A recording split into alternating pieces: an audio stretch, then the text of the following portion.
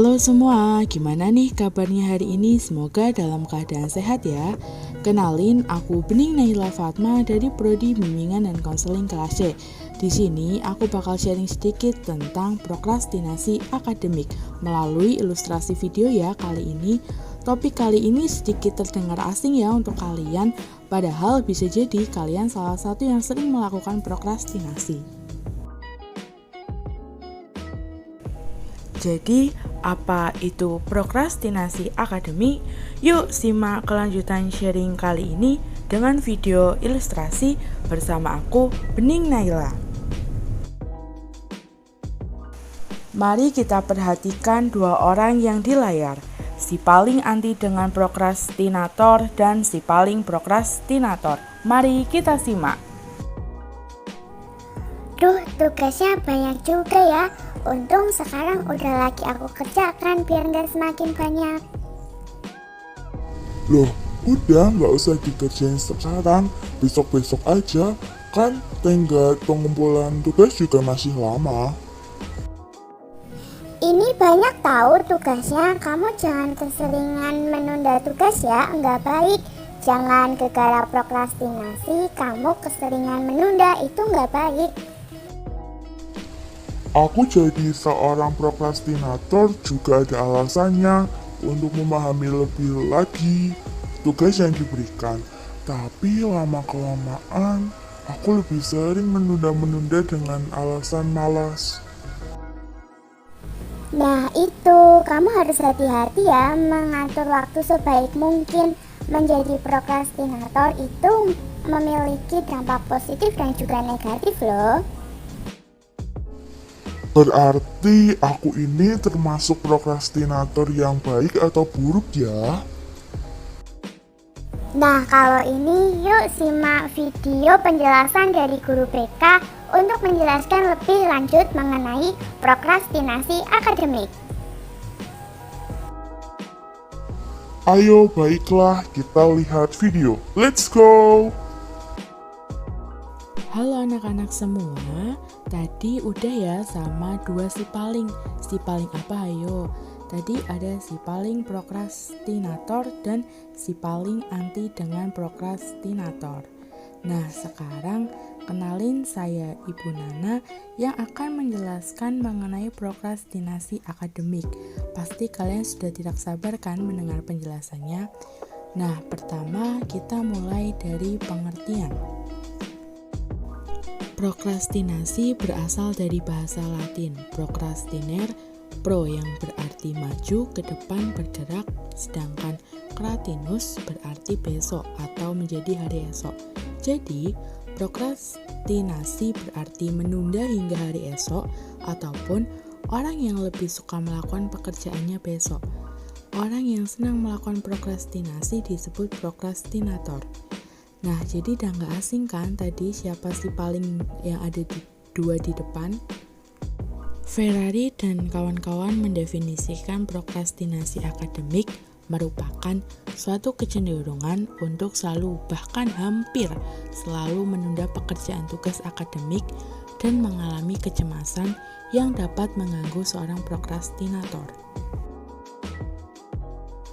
Prokrastinasi akademik menjadi dua hal perilaku yang positif dan negatif. Mengapa demikian? Perilaku positif biasanya peserta didik atau siswa akan mengatur skala prioritas mengerjakan tugas dari deadline atau tenggat waktu yang paling dekat. Mungkin ada alasan mengapa siswa melakukan prokrastinasi akademik, keadaan tubuh yang kurang sehat, dan kurangnya memahami mengerjakan tugas. Nah, selanjutnya perilaku negatif.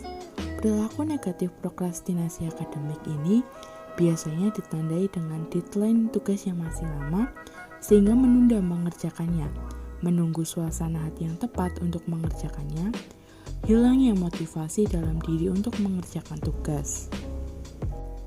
Hal inilah yang menyebabkan prokrastinasi akademik menjadi perilaku yang negatif. Kebiasaan menunda mengerjakan tugas itu tidak baik. Secara terus-menerus akan merasa terbiasa dan menyepelekan deadline atau tenggat waktu pengumpulan.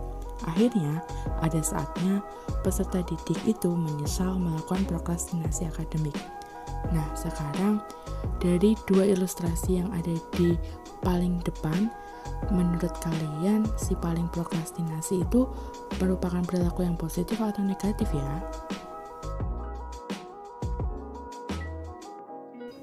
Setelah tadi Ibu menjelaskan tentang prokrastinasi akademik, sekarang kita ke bagian layanan bimbingan dan konseling ya, ketika seseorang mengalami prokrastinasi akademik. Bentuk pendekatan layanan bimbingan secara preventif atau pencegahan, yaitu upaya untuk mengatasi berbagai masalah yang terjadi dan upaya untuk mencegah supaya peserta didik tidak mengalami.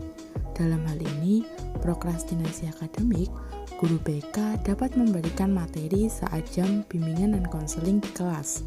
Materi yang disampaikan dapat menggunakan berbagai media, seperti media audio, media visual, dan media audiovisual. Nah, selanjutnya bisa menggunakan layanan dasar. Apa itu layanan dasar?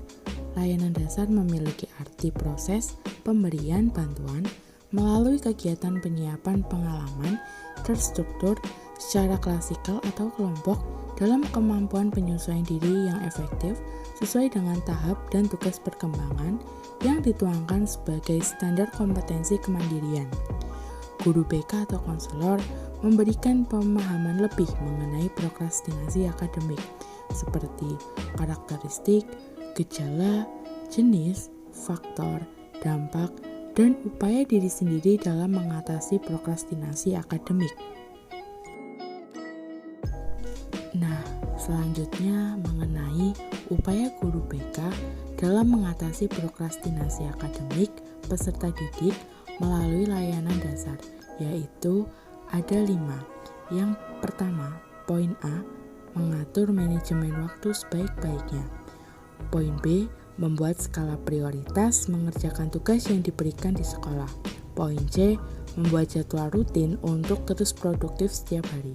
Poin D, mencari lingkungan pertemanan yang sehat dan tidak terbawa hal negatif seperti bermalas-malasan atau suka menunda pekerjaan.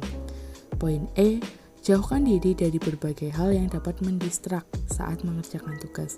Selesaikan hingga fokus untuk menyelesaikan tugas. Nah, mungkin cukup sekian ya penjelasan dari Ibu Nana. Semoga bisa bermanfaat dan menambah wawasan.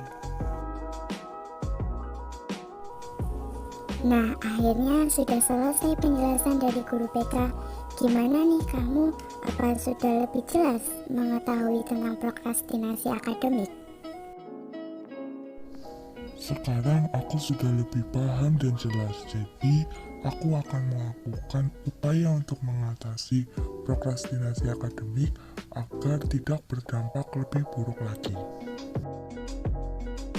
Nah, syukurlah. Ayo kita pamit ke semua teman-teman yang sudah menyaksikan hingga akhir. Sampai jumpa ya. Terima kasih. Ayo kita pamit.